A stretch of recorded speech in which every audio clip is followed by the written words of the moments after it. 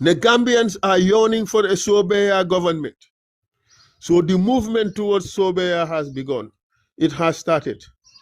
Mawahlene, don't be left behind. Join the bandwagon. Bi Sobeya December 2026. On 6 December 2026, Gambia yeb dinañ yuhu wi Sobeya. Sobeya nata. Sobeya manso nata. Sobeya government nata. Finally. Thank you very much. Okay. Bala hamna after question bi dina may Seka Bay mu ñëw si wàllum security bi. Why Essa dama bëgg rek ñu dem tuuti. Isa am na question pour laaj Essa de waaye ma bàyyi la nga dem. Okay. Waaw dinaa ñëw si yéen. Président taal mu ne ma ne président. Waaw docteur mu ne ñu wa président. Okay. Why question bu ma bëgg a laajte moom moo nekk about this because gis nañ ne president of the day di Adama Barrow mu nekk koo xam ne Gambia problème yoo xam ne ñu ngi ko face right now ñu bari ñu ngi jooy ne moom dafa nekk koo xam ne du génn ba wasi yow nga nekk politicien te nga nekk koo xam ne tamit Gambia nga base foofu noonu lan nga ñoo mun a wax si li su ñëwee si président bi taxawaayam bi su ñëwee si Gambia ni seen maanaam seen security bëgguma dem si security dip moo tax ma bëggoon a xool naka laa ko waxee waaye su ñëwee si seen security ak seen wérgu yaram président bi lu bari si kàddoom yëpp si lu moo nekk Essa Faal Lawyer Darboe o kii ak kii moom mu ngi try lu moo waxee aba si yéen instead of mu wax si problème yi Gambia yow si sa xalaat lan moo waral loolu ndax président bi dafa amut lu moo wax o dafa xalaatam bi su ñëwee si wàllum développement moo des.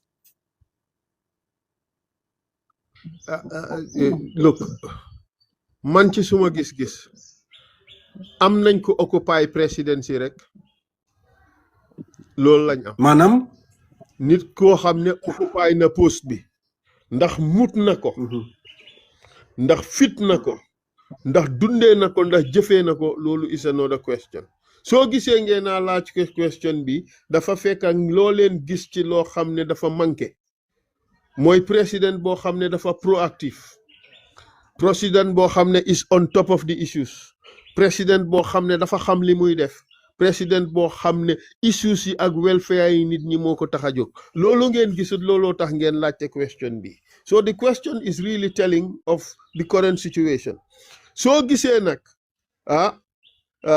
nit ñi bàyyi message bi di attaque the messenger xamal ne message bi is on point li ñoo criticize mbooti nguur gi maa génnee especially man personally xaaral bu ma waxal beneen politicien waaye man mboot yi maa génnee ci nguur gi yaxa geeg luubal bi maa toj di ko feeñal askan gi yëpp di ci teg seen bët yi maa wax ne nguur gi moom lañ war a defee te jëfee wuñ ko li maa wax ne nguur gi loolu lañ war a def te defuñ ko policy mistakes yi jaxase geeg luubal bi incompetence bi maa feeñal ci nguur gi moo tax duñ génn ñëw attaque li maa wax li ñoo def mooy dañoo ñëw attaque ma personally suñ ñëwee seen chief misinformation ñëw di attaque Essa Faal di xas Essa Faal di ko fenal di ko layal di ko dëkkal fu ne instead of ñu attaque the issues or ñu respond to the issues so ñooñu dañ amut issues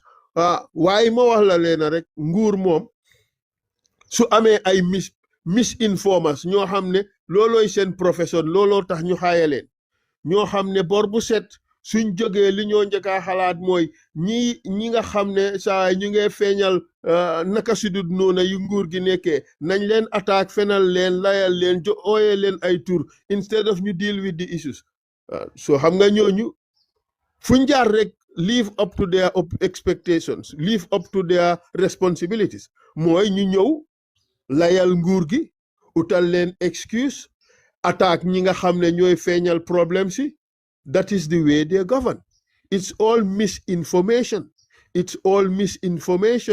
instead of dealing with the issues ñu rely on misinformation as a tool te nguur gi du bàyyi misinformation de fi mu nekk sax ni politique bi doxee they are busy misinforming the Gambian people fan yi maa ngi jot ay audios certain WhatsApp groups yoo xam ne NPP nit ñaa ngee wax ne gaa ngee joxe membership card waaye ku jël membership card na la óor ne dina am benefits yoo xam ne dina ñëw ci yéen because of ñoom jël nañ membership card including suñ tukkee soxla embassy si dimbale leen ak affaire yooyu loolu is misinformation parce que su dee loolu lu am la it is illegal, it is unlawful. There are laws against discrimination in this country. Benefits that come to Gambian society should not be distributed on political grounds or on the basis of membership to a political party.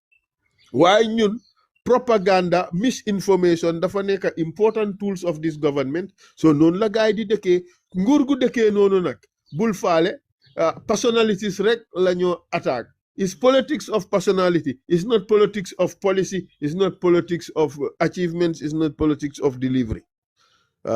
So ñun nag ñuy ko feeñal nag ci nit ñi won leen ne nguur gu mel nii nguur guñ war a daaneel la nguuri kebetu la nguuri teesante la nguuri xasante am nañu ko ooyee sax nguuri waxi picca so façon ngi nguur googu dañ ko fi war a génnee ñu indi Sobeya government mooy nguur gu serious nguur gu am integrity nguur goo xam ne is striving for quality nguur goo xam ne is serious and dedicated to delivering on the wishes and aspirations of the people loolu mooy APP Sobeya. Thank you very much. Bala kii di ñëw I think ma joxe question bi rek moo nekk Essa su fekkee ne Gambian si óolu nañ la ba tànn la 2026 December lan nga amal Gambian si xam nga ñun we have a big program, call it a project or call it whatever. Ñun we want to transform Gambia. We want to make Gambia a middle income country in few years. Duma joxe gum a timeline, but we want to make Gambia a middle income country. All right? We want to build a fairer and more just society in Gambia. A society bo xamne kon ka yaange nokke ci réew mi yaange pare liggéey yaange jup yaange respect loi yaange take sa opportunities war nga ko mëna make in this country. That is the kind of society we want to build. Ñun bëggu ñoo build a Gambia bo xamne ña nekk ca kaw dañ leena wax yaram kala alali réew mi yépp di dem ci ñoom ñi nekk ca suufa suuf kenn faale wu leen dépasse sax duñ ko am ñun we don't want that kind of society looloo tax I condemn a Gambia in which the president earns $500,000 a month and the people who work under him earn $5,000 a month am na ñuy toog nag di ko justify waaye ñooñu bañoo earn less than what they're earning today. They were so busy criticizing the system. Fim neka la ñoo praise the system simply because migrate nañ leen from the never do wells to the rank of the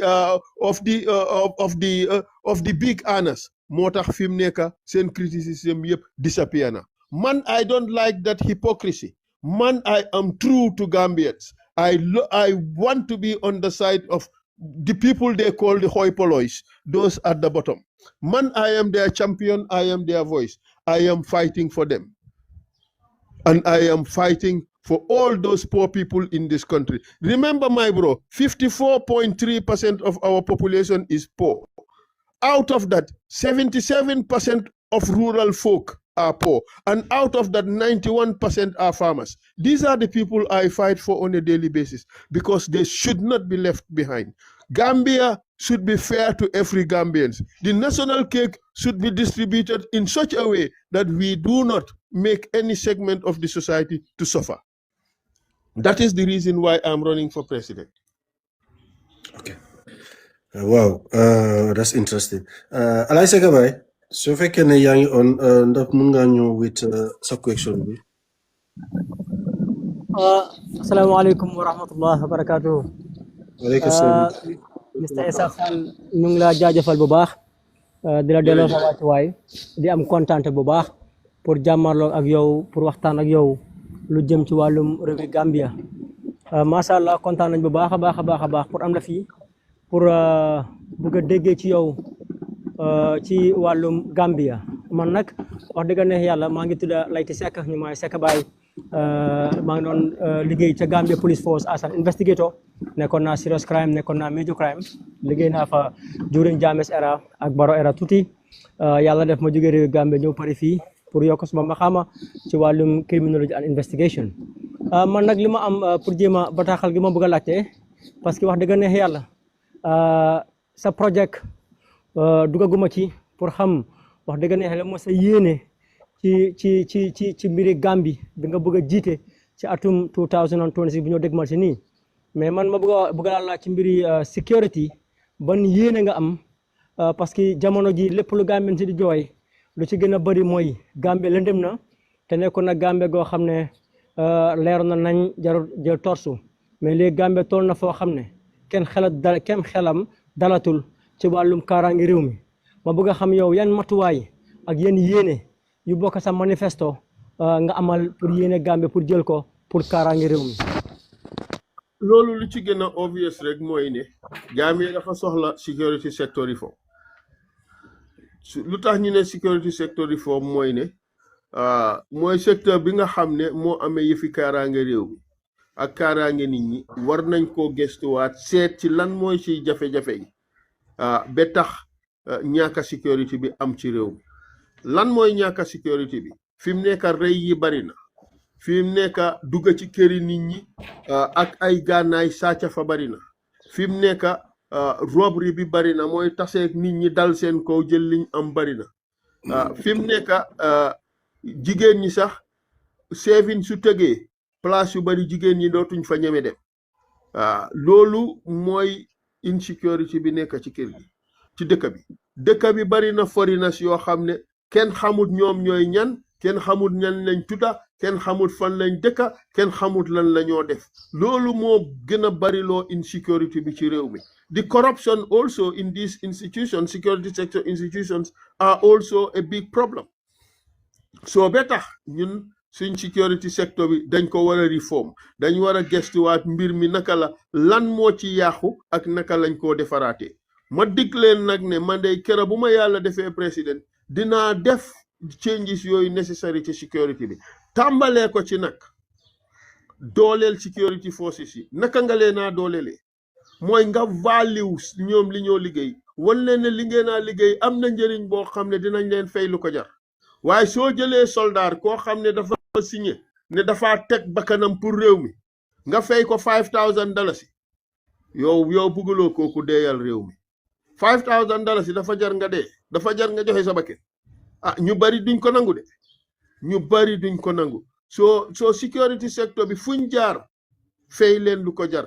imaginal police bi nga teg ko ci trafic bi solal ko uniforme yu tànga yi ci naaj bu tànga bii ba pare nga expect mu def liggéey bu correct ba pare këram sax joxe gu fa dépasse nga foog ne affaire bi dina jaar yoon déedéet du jaar yoon su amee lu ci lëndëm ak lu ci yàqu xamal ne yow mi ko teg foofu ak problème yam àndal yooyu yaa tax affaire bi yàqu waaye du moom parce que self preservation is the first law of nature survival is the first instinct of man so su loolu xewee kooku fu mu jaar su utee dépasse ci liggéey bi loolu yoo yaa ko teg so looloo tax fuñ jaar ci security sector reform fuñ jaar seetaat fay yi ñiy def liggéey boobu liñ leen naa fay lan la war nañ leen naa fay ba nga xam ne dinañ mun a dunda nga xam ne ku ci jël bribe ñu xam ne dëgg da nga toppal lu la neex waaye fay nañ la lu tax nga mun a dunda bon su boobaa ñu war laa mun a punish appropriately waaye yow fi mu nekk police jël bribe pour fayal doomam school fees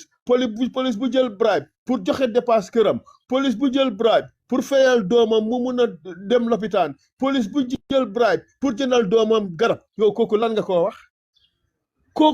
koo wax amoo loo ko wax parce que ñun la waroon a nekk suñu responsibility pour fay ko enough nga xam ne dina war a mun a toppatoo loolu yëpp soo nguuri Essa Faal kera bu ko yàlla defee liggéeykati Gambia moo xam ban secteur nga nekk dinañ la fay sufficiently well pour nga mun a am dundin gu baax su ko defee kooka nag nga mun koo teg ci yoon jaaral ko ci yoon santa ko pour mu def yoon mu liggéeyal la liggéey bu jub liggéeyal la mu ca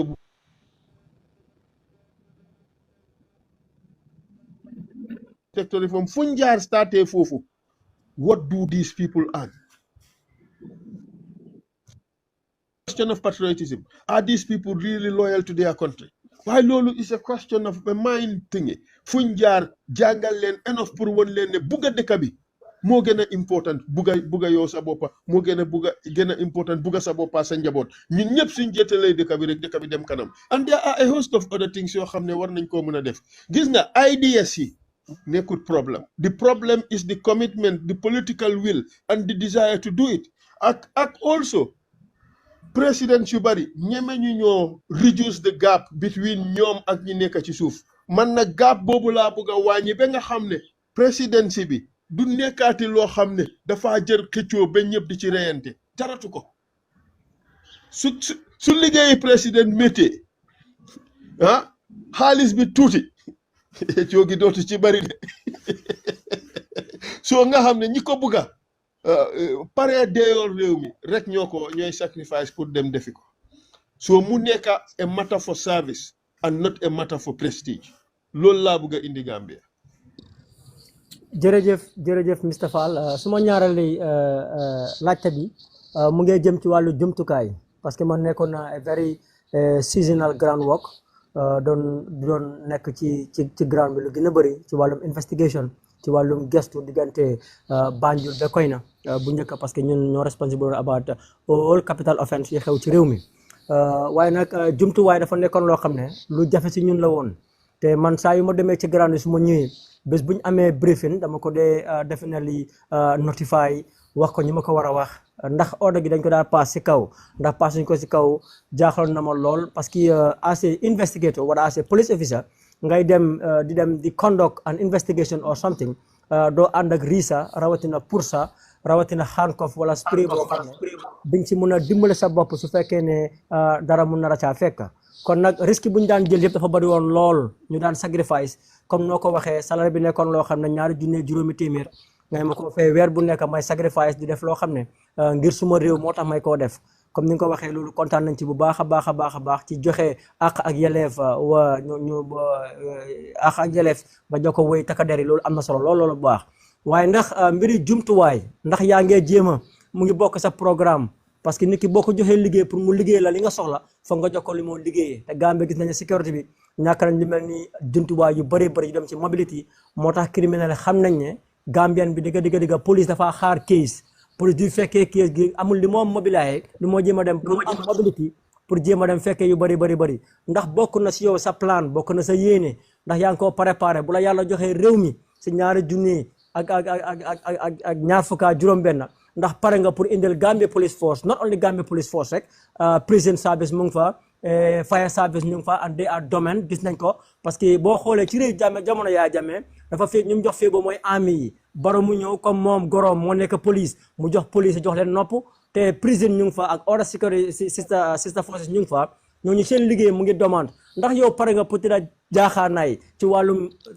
wàllum kaaraange ci wàllum képp koo xam ne yaa ngi nekk takkader képp koo xam ne yaa ngi liggéeyal Gambia ndax pare nga ak sa nguur pour tëdda jaaxaanaay pour jëf ñëpp nekk sa àq ak sa yelleef jox leen jumtukaay yu war a liggéey ndax bokk na sa programme.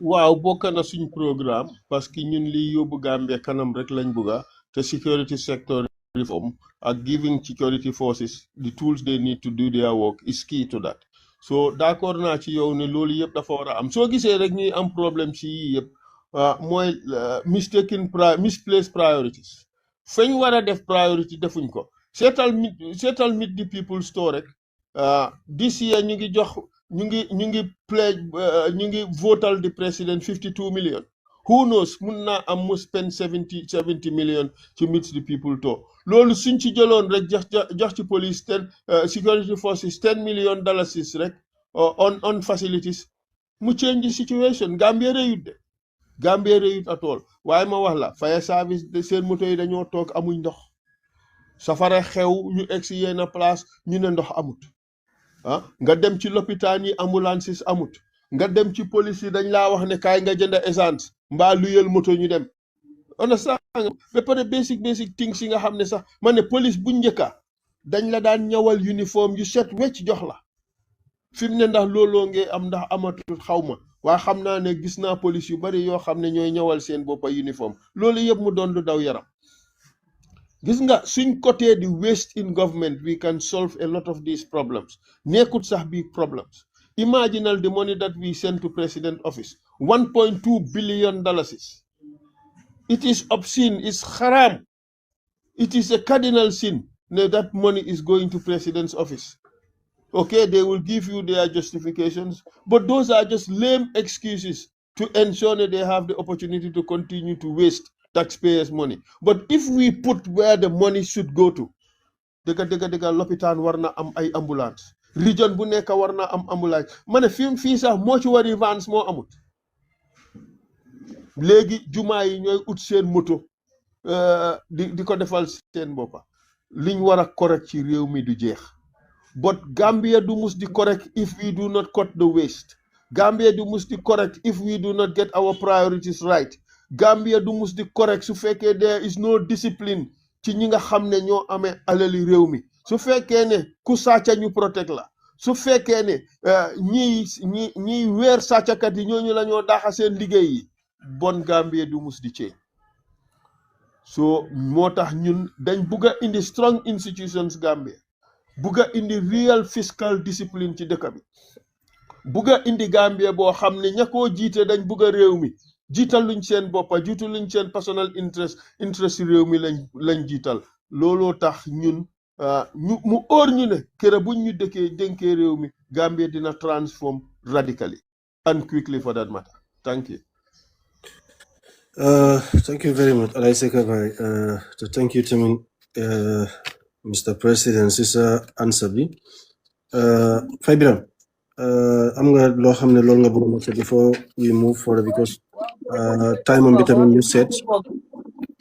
Wow, network bi ma esa ñoo em ñu ngi Gambia te network bi moom baro mbuut la si dugal moom doo dee waxte dogut waaye ñu ngi nuyu Mr. Fall président Mr. Fall comme nu ko taal waxee ñu ngi ko dalalaat si Baraka TV di ko wax dalala jàmm man dama dee wax ne ku déglu li moo wax di nga gis njëriñ ci li moo wax te man dama dee wax ni opposition yu ma gis yëpp si réew mi moom rek moo si dee wax loo xam ne yow di nga toog nga xalaat ne kii li moo wax lu make sense la te lu war a mun a am la parce que Gambia dafa tuuti te boo gisee xaalis bi dugga Gambia yëpp wallahi su nekkoon ne nit dafa jóg pour liggéey ñun weesu nañ fii Gambian bi weesu na fii waaye ñun ñun mi nekk Gambian ñoo war a bugal suñ boppa lu baax seet ki gën si ñun ki nga xam ne dafa ñëw pour liggéey ñu teg ko jox ko réew mi dan ñoo xam ne dañ ñëw pour seen boppa rek kon esa maa ngi laa wax dalal la jaama Fall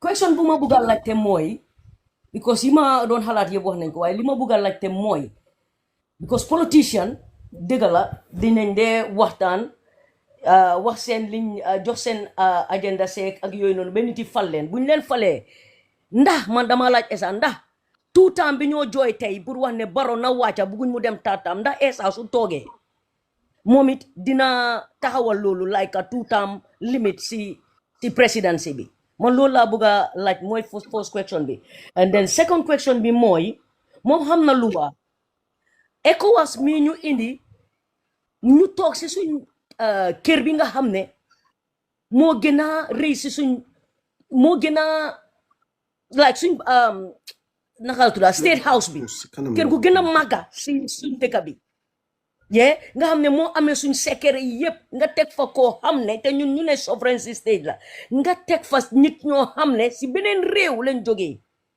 di xam any secret boo xam ne mu ngi si suñ réew mi si loi bu esa jànga ndax loolu lu war la boobu mooy suma second question bi third question bi mooy esa mu ngi wax about Sobeya ba mu ngi wax ne am na koo xam ne disability mu ngi doon woy lu mel ni Sobeya di wax esa moom tey suñ ko tegee lan la amal da disability yi ñoo xam ne ñu ngi si réew mi te ñoom dañ pour ñun askan bi dañ leen dee génnee out of the way comme ñoom duñ bokkuñ ci nit yi daal esa su taxawee moom lu mu amal ñooñu loolu laa ko bëgg a laaj jërë ngeen jëf. ok perhaps dama answer jërëjëf ñetti question la dama leen a jël in reverse order. The first question is disability rights. Waaw Gambia sign na convention si yëpp yi nga xam ne dañ war a ensure our social obligations towards people with disabilities. Waaye di nga gis ne loolu daf dee nekka oftentimes daf dee nekka at huge cost to government ndax nguur gi antan na ko ndax the economic realities of a country mun na sustain all these rights ñun nag dëkk buy développe la so dañ war a def li nga xam ne moom lañ mën mooy public places yi ñu def fa ramps do not cost that much suñ munee am moto yoo xam ne they are dedicated to helping people with disabilities like ñi nga xam ne they are wheelchair bound people ñu am loolu there are lots and lots suñ télévision si ñu make sure ne programme si daf they also cater for the hard of hearing people or the deaf loolu yëpp dafa war a am war nañ koo mun a am duñ mun a def yëpp nag waaye am na yoo xam ne they don't cost too much war nañ koo mun a def te bu soobee yàlla man su ma yàlla dem foon président Gambia tey dina def yooyu in fact pour woon la rek ne ñun dañ fulal gaay yi mooy ne di nga gis ne ñun suñ congress bi dañ take special care for disabled people jox leen opportunities and provide leen with necessary arrangements pour ñu mun a ñëw participate so that just shows ne ñun we care about these people but one of the biggest problem mooy fii soo amee some little disability rek ñu cast la aside we should be able to do training for these people, train them in things that they should be able to do regardless of the fact that they are differently able. So man, I am one of those who disagree with the term disabled. They may not be able to do certain things, but they may be able to do other things. So we have to be able to identify what those things are and give them the opportunity to train to do things such that they become employable. This is absolutely important. I now move on to the other question. It is about, perhaps maybe you should just remind me these two other questions. Okay, Esa. Bu may wax mooy term limit bi. Term limit, it is easy. Term limit, it is easy. It's no longer fashionable, really, in developing countries. Full presidencies, they just self-perpetuate and remain in power. For too long, they are not delivering on the wishes and aspirations of the Gambian people. So, man, in order to bring discipline in the system, su fekkee ne mun ngaa liggéey jox nañ la 10 years maximum, do what you can and nga abal samaro. So loolu it should not be a problem. 10 years ci liggéey bu métti, I'm telling you di nga tay su fekkee ne liggéey bi rek moo la tax a jóg ak président si ni méttee 10 years war ngaa doyal. And so man, I support the term limit. Su ko defee sax at least ñu am new and refreshed ideas. Lolo tax ma support term limit. It doesn't necessarily mean the term limit is the best. Am na systems yoo xam ne amuñ term limit and they are doing well. Why? In order to safeguard the people from having one person who wants to remain there forever, make themselves king and all that. Among the discipline that you have in other systems, I think we should go for the term limits. And man, I will implement it to the good. And what is the third question? Regard the state house like other countries yoo xam ne ñu ngi ñëw di guard suñu président bi. Lolo is not a question of legality, because every state is sovereign. So lu state bi indil bopam tegal ko bopam, it's their prerogative. Why here we are talking about morality. Ndax man ma jàppane it is immoral really to bring the security of another country tek ko ci dëkk bi ba pare sa own security bi nga xam ne yaa ngi naa fay every day nga cast them aside. Kera bi ma ko waxee nag xam nga lan la gaay def, gaay génna ne no président bi ragalut soldaaram yi nii ki na soldaar yi yëpp de ñu ngi support président bi.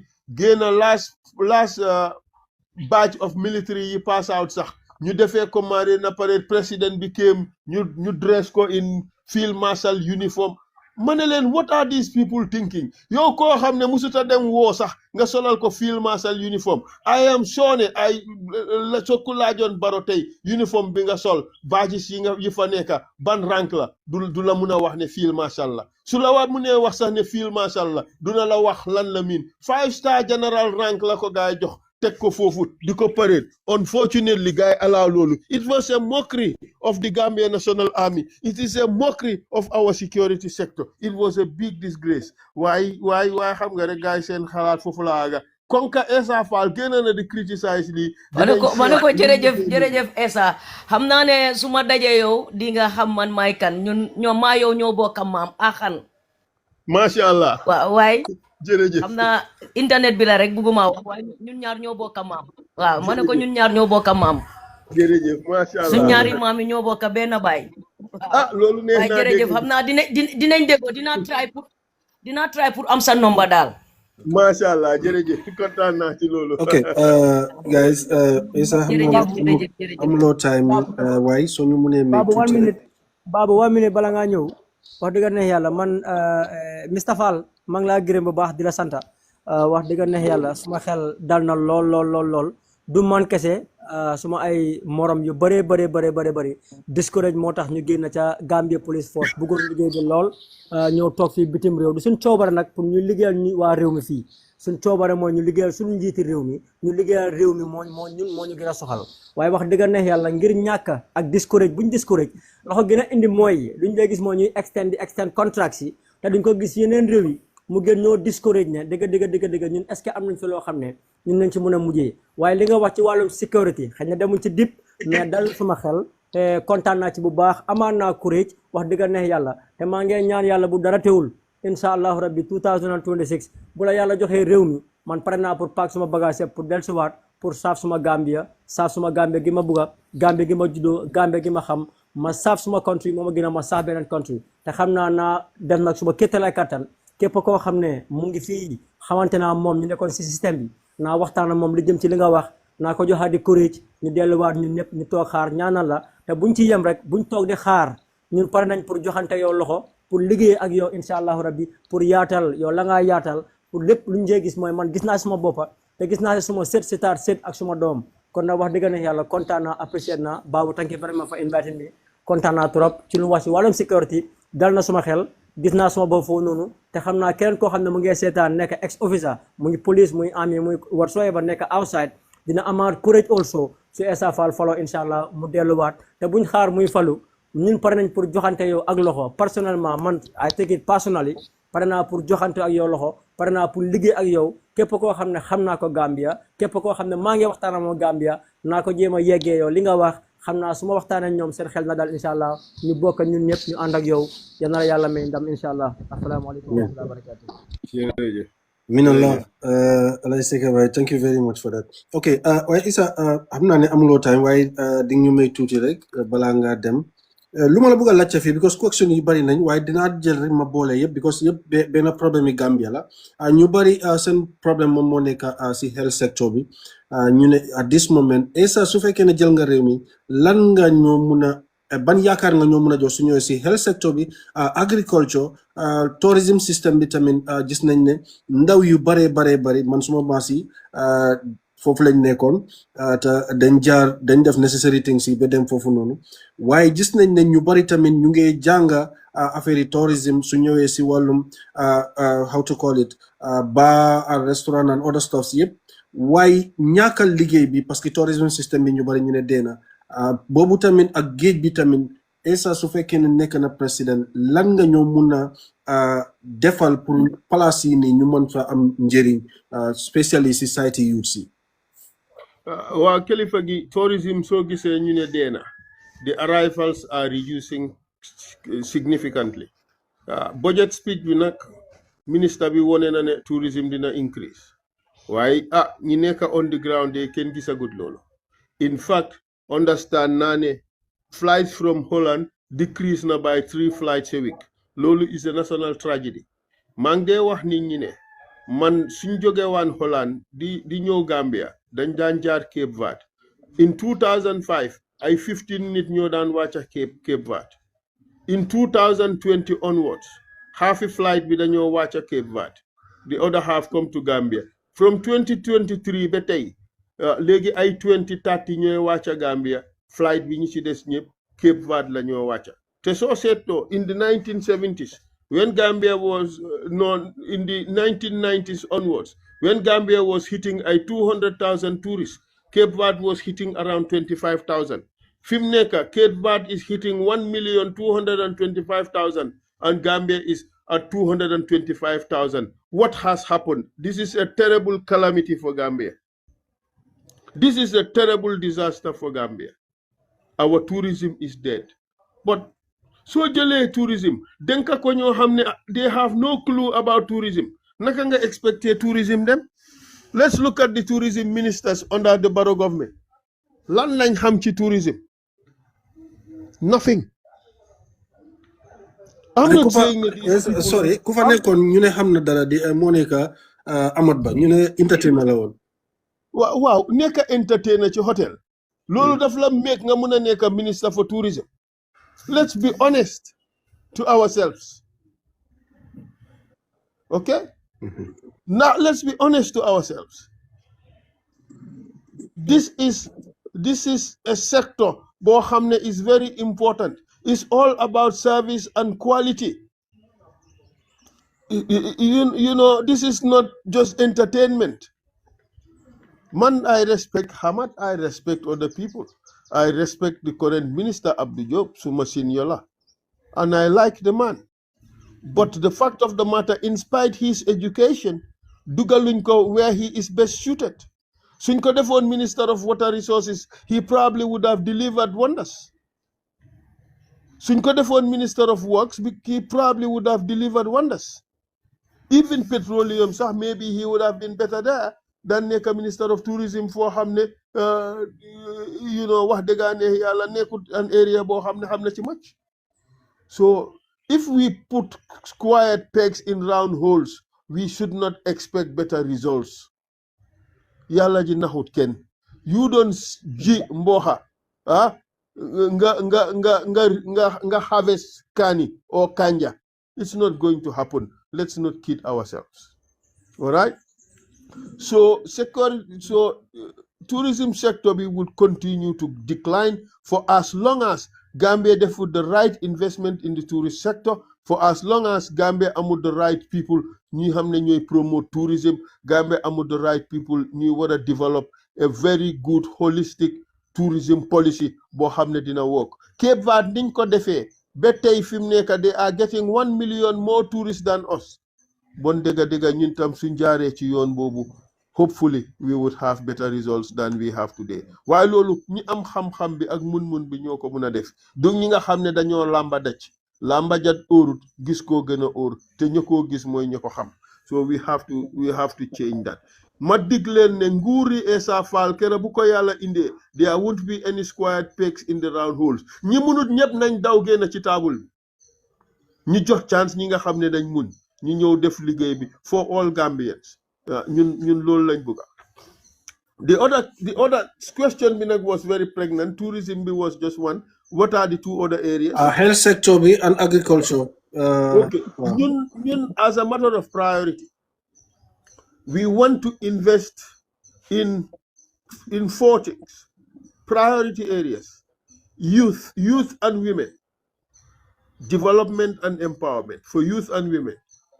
That is tied to also education and agriculture, and healthcare being the 4th pillar. These are the 4 pillars yoo xam ne ci loolu la ñoo focus in first 5 years of our government.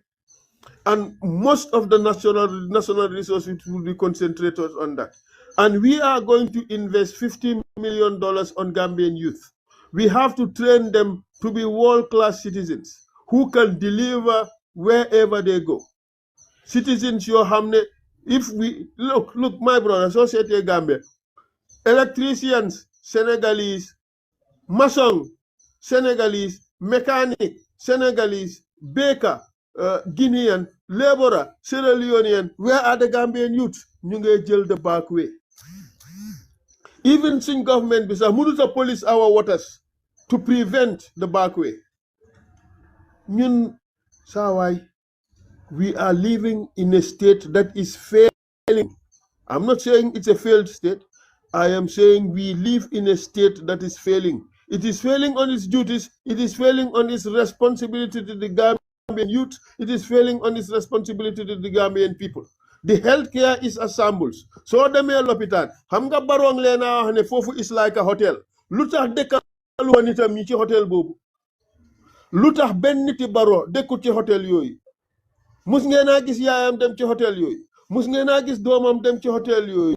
Mus ngeen a gis jabaram dem ci hotel yooyu. Mus nga gis ñu ses ci moom rek dem ci hotel yooyu. Déedéet. Ana ki ci mujjee one of his advisors gaay jëlee wuñ ko fi yóbbu ko beneen dëkk pour ñu faju ko. Ñu bugga ñoo mbaamal bugga ñoo nax bugga ñoo fenal di ñu gomloo ne suñ lopitaan yi de as good as hotel gaay dañoo jógee bitim réew ay Amérique di fa ñëw di fa faju si. Loolu mooy ndaxee mbow. Loolu mooy yàpp say nit. Loolu mooy ñàkk a bugg a say nit di leen gomloo loo xam ne du dëgg di leen gomloo loo xam ne mënut a nekk da ngay waaru nit ñaa ngaa dee lopitaan every day da ngaa dem yenn wards di one day ña fa tëdda ñëpp dañoo dee benn loolu mooy lopitaan loolu mooy hôtel tilim nga fa nekk maara deytaale ñàkk facilities ya fa nekk maara deytaale ñàkk garab ya fa nekk maara deytaale ñàkk commitment ba fa nekk maara deytaale. But I will say gàcce ngalaama to Gambian nurses and Gambian doctors. Despite all these problems, ñu ngi dee yoo di liggéey. My brother dégg naa sax ne day last 2 batches of nurses yu graduate benn tey amuñ liggéey. Ak Gambie niñ soxlee ñooñu ñëpp. Moo tax man dama dee wax gàcce ngalaama to University of the Gambia. Su du toon UTG suñ health sector bi dee na. Collapse na crumble na parce que UTG ñoo produce the doctors UTG ñoo produce the nurses UTG ñoo produce the health workers ba tax Gambia's health sector sax nekk tey di afloat ba léegi su du toon UTG dee nañ gàcce ngalaama UTG gàcce ngalaama Gambian health professionals. Shame on Gambia government for not providing the necessary facilities to make our hospitals a place where lives can be saved. Unfortunately, Nila Fatajo. So, Dorna health sector bi. We would invest massively in agriculture because deka bo xamne munuta dundal bopam is doomed. Deka bobu du muna succeed in life. Hananga resources bo xamne it's in so much abundance ba nga xamne nit ñi dinañ muna di ngeen muna import everything that you eat. Why Gambia being such a country bo xamne bariwul xaalis. If we do not invest in our agriculture, we will continue to fail. Gambia imports $300 million worth of food every year.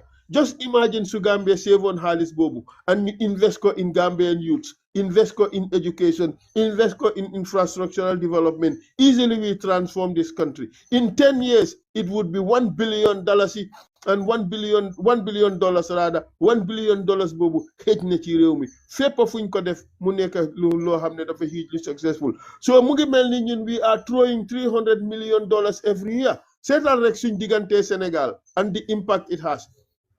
Senegal engaged in $12 million worth of goods in Gambia. Gambia engaged in $200 million worth of goods in Senegal. From Jahatu, Bejumbo, yep nyung ko jende di Senegal. So nakala Gambia di succeed against Senegal. Mota our balance of trade deficit with Senegal is $192 million.